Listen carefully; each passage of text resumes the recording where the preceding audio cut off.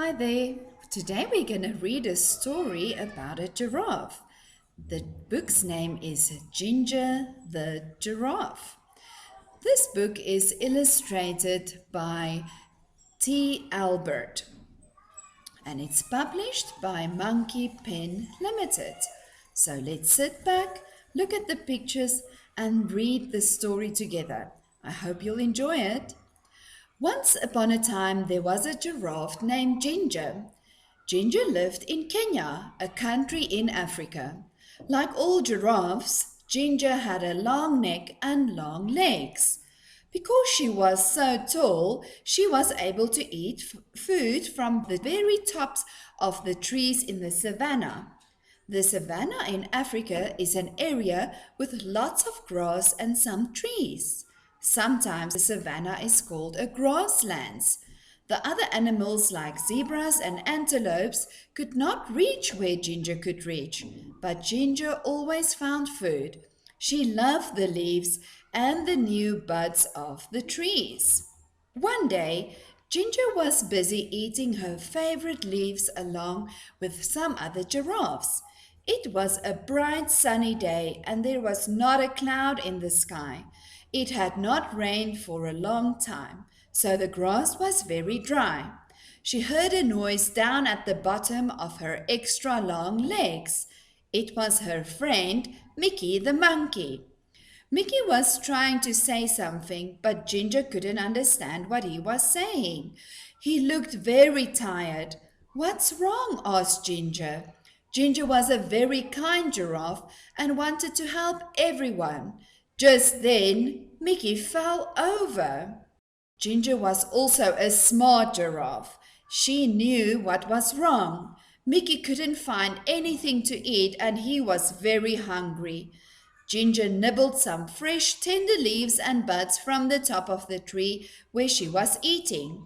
She dropped some of the leaves and buds to the ground near where Mickey was. Then she nudged him a little with the hoof at the bottom of one of her very long legs. Wake up, Mickey, said Ginger. I found something for you to eat. Slowly, Mickey sat up and ate a little. After a while, when Mickey was feeling better, Ginger asked him, What happened, Mickey?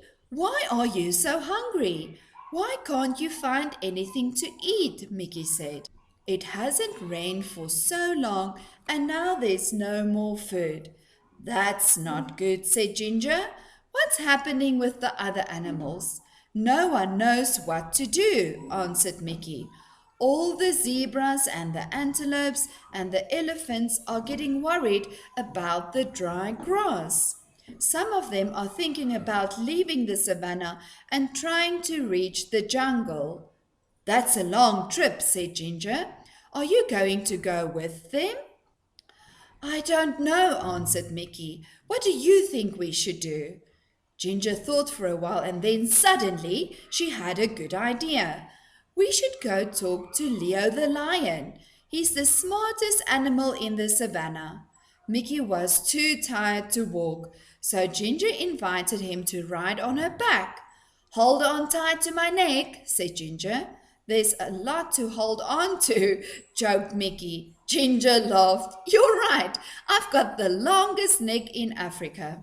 So they started their journey across to the other side of the savannah to look for Leo. Ginger and Mickey were in luck. Leo was sitting up on a rock and he was really easy to see as they walked through the grass. Hi, Leo, they both shouted.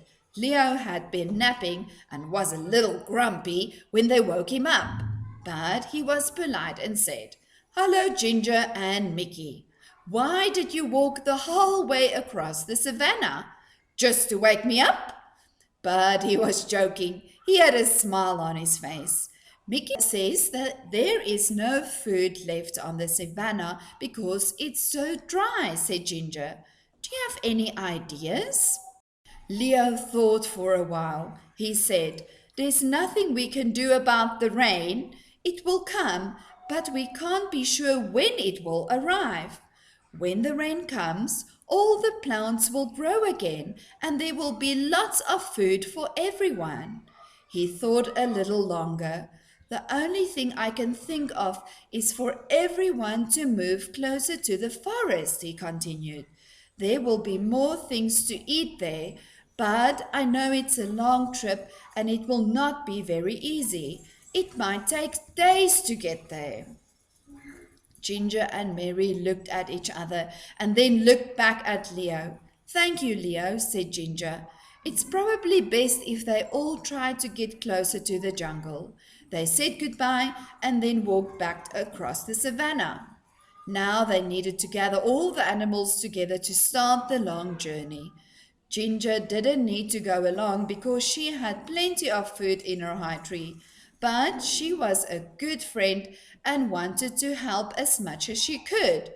They walked towards her favorite trees, and guess what she and Mickey saw?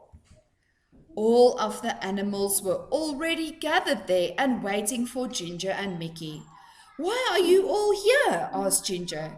Eddie the eagle told us that you're taking us to the edge of the jungle, said one of the zebras. How did he know? Asked Mickey. He heard you talking with Leo, said one of the antelopes. So you've all decided to try to walk together to the jungle? Asked Ginger. Yes, they all answered. If you'll help us to get there, added one of the elephants. Of course I'll help, said Ginger. I'm your friend. So they started on the big journey across the savannah to the jungle. The sun was so hot, and there was no food and no place to get a drink of water. And then they heard it. It was thunder. Thunder, they all shouted. Thunder was very scary to the animals of the savannah. Can you guess why? Fire! Sometimes the lightning hits the dry grass and the whole savannah catches fire. Then everyone has to run, and that is exactly what happened. Fire, they shouted. They could smell it, and now they could see it. The fire was coming towards them. Ginger had to think fast because she was so tall she could see farther than any of the other animals. She stretched her long neck up as far as she could. Now she could see a place where there was no fire. Quick, she said. Everyone run this way. All of the animals followed her and ran as fast as they could. Soon they were out of danger. They stopped and gathered one more time. Is everyone here? Ginger asked. She wanted to make sure they were all safe. All the animals looked around. They were all there. And then the most wonderful thing happened. I felt a drop, said a zebra. Me too, said an antelope. It was rain. Finally, everyone was very happy. It started to rain a little more and then a little more. The rain put out the fire so they didn't have to run, and the rain filled their watering holes and made the plants grow again. So they didn't have to make that long trip to the edge of the jungle. Everyone would soon have enough food and water. So Ginger the giraffe went back to her favorite tree and continued to munch on the leaves and buds. The end. Guys, I hope you enjoyed this story. Go back to your PowerPoint now so you can answer the questions. You're welcome to listen to the story again. Thank you.